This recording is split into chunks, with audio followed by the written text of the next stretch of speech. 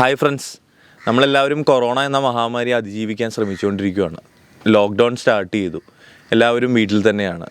എന്തായാലും ഈ പറയുന്ന കാലഘട്ടം നമുക്ക് അതിജീവിച്ചേ പറ്റുള്ളൂ. ഇപ്പോൾ ഈ ലോക്ക്ഡൗൺ സ്റ്റാർട്ട് ചെയ്തതുകൊണ്ട് എല്ലാവരും സഫർ ചെയ്യുന്നുണ്ട് താനും. ഇപ്പോൾ നമുക്കൊന്നും ചെയ്യാനില്ല. എല്ലാവരും വീട്ടിലിരിക്കുക, അവരവരുടെ കുടുംബാംഗങ്ങളെല്ലാം ചേർത്ത് പിടിക്കുക. ഇതേ നമുക്കിപ്പോൾ ചെയ്യാനുള്ളൂ. അപ്പോൾ നമ്മൾ ഈ വീട്ടിലിരിക്കുന്ന ഓരോ ദിവസവും കൂടുതൽ എങ്ങനെ ക്രിയേറ്റീവ് ആക്കാം, പ്രൊഡക്റ്റീവ് ആക്കാം എന്ന് മാത്രം ചിന്തിക്കുക. അത് നല്ല നല്ല കാര്യങ്ങളാണെങ്കിൽ ബാക്കിയുള്ളവരിലോട്ടും ഷെയർ ചെയ്യുക. അപ്പം എപ്പിക് റൈഡും അങ്ങനെ ഒരു പ്രതിസന്ധിയിലാണ് ഇപ്പോൾ നിൽക്കുന്നത്. വേറൊന്നുമല്ല, നമ്മളൊരു 10ഓളം എപ്പിസോഡുകൾ ഓൾറെഡി പ്ലാൻ ചെയ്തിരുന്നു. അതായത് പ്രീമിയം കാർസിനെ പറ്റിയും അവരുടെ യൂസർ റിവ്യൂസും പിന്നെ മോഡിഫിക്കേഷനുകളെ പറ്റിയും പിന്നെ കുറച്ച് സർവീസ് വാക്ക് അറൗണ്ടുകൾ, അങ്ങനെ ഏകദേശം ഒരു 10ഓളം വീഡിയോസ് നമ്മൾ പ്ലാൻ ചെയ്തിരുന്നു. പക്ഷെ നമ്മൾ ലോക്ക്ഡൗൺ മുമ്പ് ചെയ്യാനിരുന്നതാണ്. ആ സമയത്ത് നമ്മളുമായിട്ട് കമ്മിറ്റ് ചെയ്തിരുന്ന കുറച്ച് ആൾക്കാർ ക്വാറൻറ്റൈനിൽ പോകേണ്ടി വരികയും അതിനുശേഷം ലോക്ക്ഡൗൺ സ്റ്റാർട്ട് ചെയ്യുക. അങ്ങനെ മൊത്തത്തിൽ നമ്മുടെ പ്ലാനിങ് എല്ലാം തകർന്നിരിക്കുകയാണ്. അപ്പോൾ ഞാൻ ഓർത്ത് ഇനി എന്താ ചെയ്യാൻ പറ്റുക? ഇനി ചെയ്യാൻ പറ്റുക വെച്ചാൽ നമ്മൾ വീട്ടിലിരുന്ന് തന്നെ എന്തെങ്കിലും ചെറിയ ചെറിയ കാര്യങ്ങൾ സംസാരിക്കാമെന്ന് വിചാരിച്ചു. അപ്പം ചെറിയ ചെറിയ കാര്യങ്ങളാണ്, എനിക്കറിയാവുന്ന ചെറിയ ചെറിയ കാര്യങ്ങളാണ്. അത് മേ ബി ചില ആൾക്കാർക്ക് വലിയ വലിയ കാര്യങ്ങളാവാം. ഇപ്പോൾ ഒരുപാട് ടെക്നിക്കാലിറ്റിയും കാര്യങ്ങളൊന്നും ഇതിനകത്ത് ഉൾപ്പെടുത്താൻ ശ്രമിക്കുന്നില്ല. കാരണം അതൊക്കെ വേറെ പല ആൾക്കാരും അതിനെപ്പറ്റിയൊക്കെ വിശദമായി പറഞ്ഞിട്ടുണ്ട്. ഇപ്പം ആസ് എ കോമൺ മാൻ, എന്താ പറയുക, ഒരു നോർമൽ മനുഷ്യന് വളരെ സിമ്പിളായിട്ട് മനസ്സിലാകുന്ന രീതിയിൽ ചെറിയ ചെറിയ കുറച്ച് കാര്യങ്ങൾ നമുക്ക് ഇനി ഷെയർ ചെയ്യാം. This is me Sreekrishnan and it is EPIC ride.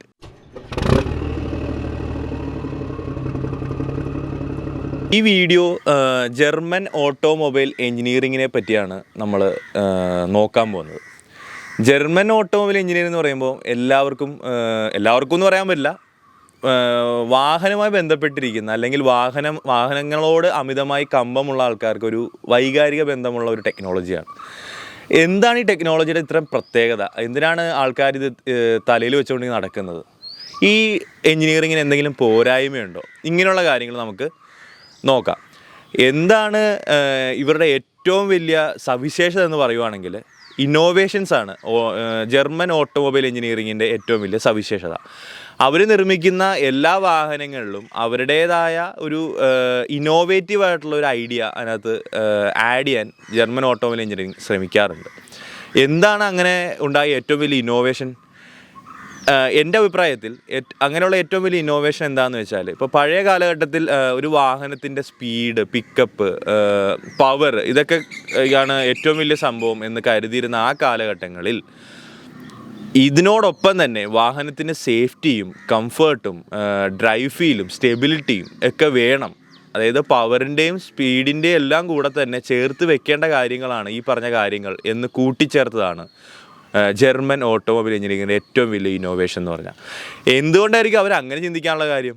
അതും എൻ്റെ ഒരു പേഴ്സണൽ അഭിപ്രായത്തിൽ പറയുകയാണെന്നുണ്ടെങ്കിൽ, ഇപ്പോൾ ജർമ്മനി പോലുള്ള രാജ്യങ്ങളിൽ മൊട്ടക്കുന്നുകളും മലകളൊക്കെ ആയിരിക്കും, മലകളൊക്കെയാണ് കൂടുതലും ഉള്ളത്. അപ്പോൾ ഇവിടെ എല്ലാം ഈ ഹെയർ പിൻ വളവുകളും വൈൻഡിങ് റോഡ്സുകളൊക്കെയാണ് കൂടുതലും കാണപ്പെടുന്നത്. ഇപ്പോൾ ഈ റോഡുകളിലെല്ലാം ഓടിച്ചുകൊണ്ട് പോകാൻ പവർ മാത്രം പോരാ. അതായത് അവിടെ നമുക്ക് കുറച്ച് സേഫ്റ്റി കൺസേണും കുറച്ച് കംഫർട്ടും കാര്യങ്ങളൊക്കെ വേണം. അപ്പോൾ ഇതെല്ലാം ആഡ് ചെയ്യണം എന്നവർക്ക് തോന്നിയത് കൊണ്ടാവാം അങ്ങനെയുള്ള ഏറ്റവും വലിയൊരു ഇന്നോവേഷൻ അവിടെ സംഭവിച്ചിരിക്കുന്നത്. ജർമ്മൻ ഓട്ടോമൊബൈൽ എഞ്ചിനീയറിംഗിൽ ഒരു വാഹനം അതിൻ്റെ ടോപ്പ് പെർഫോമൻസിൽ പൊയ്ക്കൊണ്ടിരിക്കുമ്പോഴും അല്ലെങ്കിൽ അതിൻ്റെ ടോപ്പ് പെർഫോമൻസ് എടുത്തുകൊണ്ടിരിക്കുമ്പോഴും ഒരു പിഴവും കൂടാതെ കൃത്യതയോടുകൂടി ആ മെഷീൻ വർക്ക് ചെയ്യാൻ സാധിക്കുന്നു. അതെങ്ങനെയാണ്? വേറെ ഒന്നും കൊണ്ടല്ല, ഡിസൈനിങ്ങിലുള്ള ഡൈനാമിക്സിൻ്റെയും കൃത്യതയും കൊണ്ടാണ് ആ വാഹനങ്ങളിൽ അങ്ങനെയുള്ള പിഴവുകൾ സംഭവിക്കാതിരിക്കുന്നത്. അതായത് ഒരേപോലെയുള്ള വാഹനങ്ങൾക്ക് ഒരേ പെർഫോമൻസ് നൽകാനും സെയിം വാഹനം തന്നെ പല കണ്ടീഷനിൽ വർക്ക് ചെയ്യുമ്പോൾ അതേ പെർഫോമൻസ് കിട്ടാനും ഈ ഓട്ടോമൊബൈൽ എഞ്ചിനീയറിംഗ് കൊണ്ട് സാധിച്ചു എന്നുള്ളതാണ് അവരുടെ ഏറ്റവും വലിയ നേട്ടം. അപ്പോൾ ഇങ്ങനെ വേണ്ടി വന്നപ്പോൾ അവർക്ക് ചെയ്യേണ്ടി വന്ന ചെറിയൊരു എന്താ പറയുക അഡ്ജസ്റ്റ്മെൻ്റ് ഉണ്ട്. അതെന്തിനാണെന്ന് അറിയാമോ? അല്ലെങ്കിൽ അവർക്ക് വിട്ടുവീഴ്ച ചെയ്യേണ്ടി വന്നൊരു സ്ഥലമുണ്ട്. അതെവിടെയാണെന്ന് അറിയാമോ? പാർട്സിൻ്റെ ടോളറൻസിൽ. അതായത് ഒരു ജർമ്മൻ ഓട്ടോമൊബൈൽ ടെക്നോളജി യൂസ് ചെയ്ത് പ്രവർത്തിക്കുന്ന ഒരു വാഹനത്തിൽ എന്തെങ്കിലുമൊക്കെ അഡ്ജസ്റ്റ്മെൻറ്റ് നടത്തി ആ വാഹനം കൊണ്ടുപോകാം എന്നാരും വിചാരിക്കേണ്ട.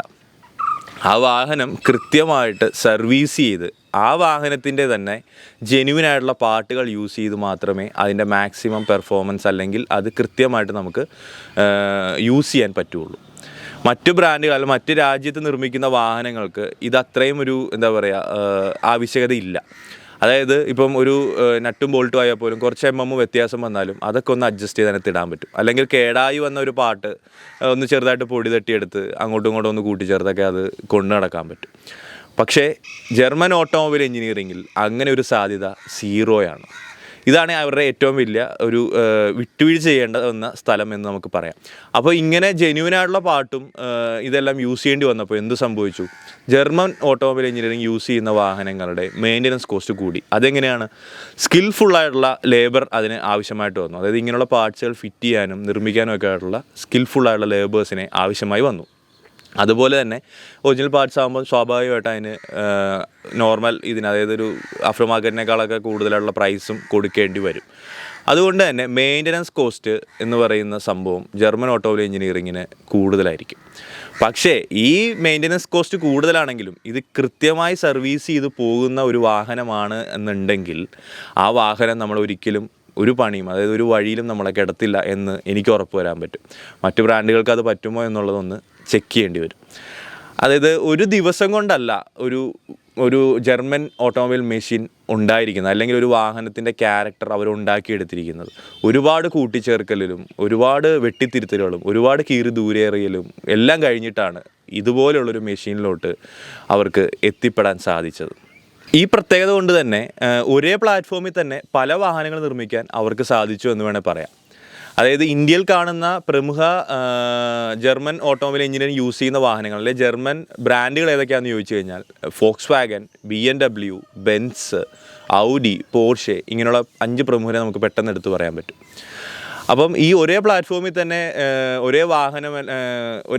തന്നെ പല വാഹനമെല്ലാം ഉണ്ടാക്കി ഇങ്ങനെ അവർ നെഞ്ചും വിരിച്ച് നിൽക്കുമ്പോൾ അതൊരു ചേല് തന്നെയാണ് ആ ഒരു കാഴ്ച കാണാൻ. അതായത് ജർമ്മൻ ഓട്ടോമൊബൈൽ എഞ്ചിനീയറിംഗ് എന്ന് പറഞ്ഞാൽ ഒരു സംഭവം തന്നെയാണ് എന്ന് വേണം നമുക്ക് എടുത്തു പറയാം. പിന്നെ ഈ ജർമ്മൻ ഓട്ടോമൊബൈൽ എഞ്ചിനീയറിനെ പറ്റി പറയുമ്പോൾ നമുക്ക് എടുത്തു പറയേണ്ട മറ്റൊരു പേരാണ് കാൾ ഫ്രെഡറിച്ച് ബെൻസിൻ്റെ. അതായത് ഇന്ന് കാണുന്ന ഈ വാഹനങ്ങളുടെ എല്ലാം പൂർവികനെ ഉണ്ടാക്കിയ ജർമ്മൻകാരനാണ് കാൾ ഫ്രെഡറിച്ച് ബെൻസ് എന്നുള്ളത്. ഈ കാൾ ഫ്രെഡറിച്ച് ബെൻസ് നിർമ്മിച്ച വാഹനത്തിൻ്റെ കഥ തുടങ്ങുന്നത് 1885-ലാണ്. അതായത് ഇന്നത്തെ ഈ പറയുന്ന വാഹനങ്ങളുടെ അല്ലെങ്കിൽ ടെക്നോളജിയുടെ എല്ലാം പിതാമഹനായ അദ്ദേഹം രചിച്ച കഥ തുടങ്ങുന്നത് 1885-ലാണ്.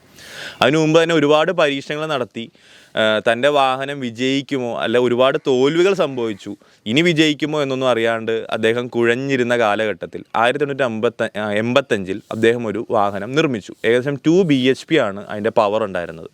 പക്ഷേ ഒരുപാട് തോൽവികൾ സംഭവിച്ചുകൊണ്ട് ആ വാഹനം നിരത്തിലിറക്കാൻ അദ്ദേഹത്തിന് പേടിയായിരുന്നു. കാരണം ജനങ്ങൾ എങ്ങനെ അത് സ്വീകരിക്കുമെന്നൊന്നും അദ്ദേഹത്തിന് പ്രത്യേകിച്ചൊരു ഐഡിയ ഉണ്ടായിരുന്നില്ല. അങ്ങനെ മൊത്തം ഒരു കൺഫ്യൂഷനായിട്ടിരുന്ന കാലഘട്ടത്തിൽ രസകരമായൊരു കഥയാണ് ഇതിൻ്റെ പിന്നിലുള്ളതെന്ന് വേണമെങ്കിൽ പറയാം. അതായത് അദ്ദേഹത്തിൻ്റെ ഭാര്യയായ ബെർത്ത ബെൻസ് പുള്ളിക്കാരിയുടെ അമ്മയെ കാണാൻ വേണ്ടിയിട്ട് ഏകദേശം 100 കിലോമീറ്റർ ദൂരെയുള്ള അമ്മയെ കാണാനായിട്ട് ഈ വാഹനം എടുത്തുകൊണ്ട് നമ്മുടെ കാൾ ബെൻസ് അറിയാണ്ട് പോവുകയാണ്. അങ്ങനെ പോയി തിരിച്ചു വരുമ്പോഴാണ് അദ്ദേഹം തൻ്റെ വാഹനം ഇത്രയും ദൂരം പോയി വിജയകരമായി തിരിച്ചു വന്നെന്ന് മനസ്സിലാക്കുന്നത്. അപ്പോൾ ഈ പോയിട്ട് വരുന്ന വരവിൽ തന്നെ ജനങ്ങളെല്ലാം ആ വാഹനത്തിനെ നെഞ്ചിലേറ്റി കഴിഞ്ഞിരുന്നു. അപ്പോൾ എൻ്റെ ഒരു രസകരമായ കാര്യം എന്ന് വെച്ചാൽ ഒരു വിജയകരമായ ഒരു വാഹനത്തിൻ്റെ ആദ്യത്തെ ഡ്രൈവർ എന്ന് പറയുന്നത് ഒരു സ്ത്രീയാണ്, അല്ലേ? അതൊരു സംഭവം തന്നെയല്ലേ? അത് ബെർത്ത ബെൻസാണ്. ഇതാണ് ജർമ്മൻകാരും അല്ലെങ്കിൽ ജർമ്മൻ ടെക്നോളജിയും അതിൻ്റെ സവിശേഷതയും എന്നൊക്കെ വേണമെങ്കിൽ നമുക്ക് പറയാം. അപ്പം ഈ പറയുന്ന കാര്യങ്ങളെല്ലാം നമുക്ക് കൂട്ടിച്ചേർക്കുമ്പോൾ പറയാം, ജർമ്മൻ ഓട്ടോമൊബൈൽ എഞ്ചിനീയറിംഗ് എന്ന് പറയുന്നത് ഒരു പ്രതിഭാസം തന്നെയാണ്. അപ്പോൾ ഇതിനെപ്പറ്റി കൂടുതൽ നിങ്ങൾക്ക് അറിയാൻ എന്തെങ്കിലും ആഗ്രഹമുണ്ടെന്നുണ്ടെങ്കിൽ കമൻ്റായിട്ട് നിങ്ങൾക്ക് രേഖപ്പെടുത്താം. അതുപോലെ സജഷൻസ് എന്തെങ്കിലും ഉണ്ടെന്നുണ്ടെങ്കിലും നിങ്ങൾക്ക് മെസ്സേജ് അയക്കാം. ഇൻസ്റ്റാഗ്രാമും ഫേസ്ബുക്ക് ലിങ്കുകളും ഡിസ്ക്രിപ്ഷനിൽ കൊടുക്കുന്നതാണ്. അപ്പം നിങ്ങളുടെ സബ്സ്ക്രൈബ് കൂടുന്നതനുസരിച്ചാണ് എനിക്ക് വീഡിയോ ചെയ്യാനുള്ള പ്രചോദനം കിട്ടുന്നത്. അപ്പം എല്ലാവരും മറക്കാണ്ട് വീഡിയോ ഒന്ന് സബ്സ്ക്രൈബ് ചെയ്യുക, സപ്പോർട്ട് ചെയ്യുക. Signing off, Sreekrishnan.